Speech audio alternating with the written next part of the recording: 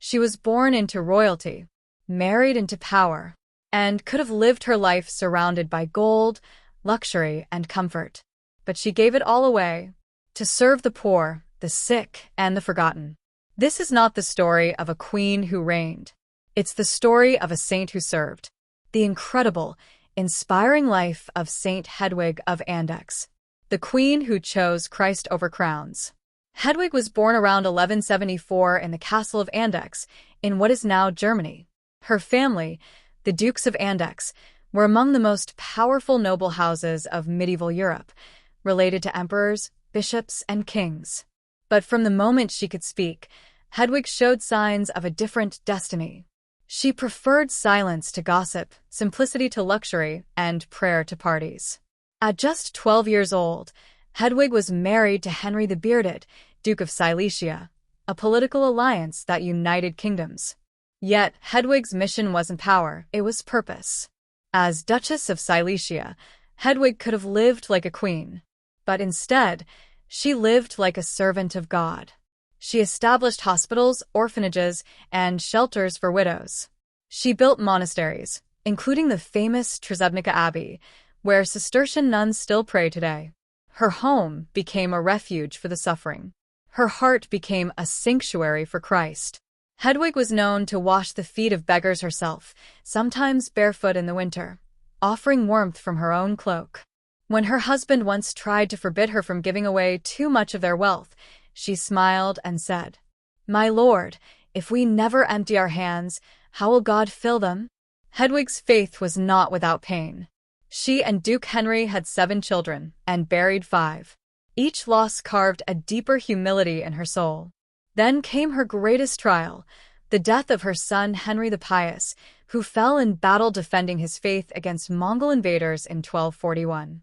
When news of his death reached her, she wept only briefly, then said softly, "We must not desire our own will, but the will of God." After her husband's death, Hedwig renounced her royal garments and entered the Cistercian convent at Trzebnica, not as an abbess, not as a noble, but as a humble lay sister.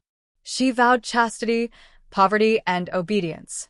And from that moment, she owned nothing, not even her shoes. She was often seen walking barefoot through the streets, visiting the sick and dying.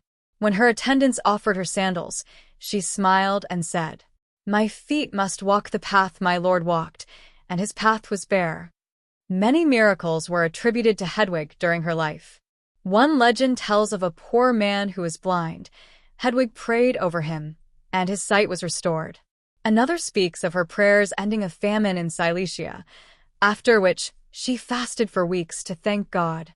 Even after death, pilgrims who visited her tomb claimed to be healed by her intercession.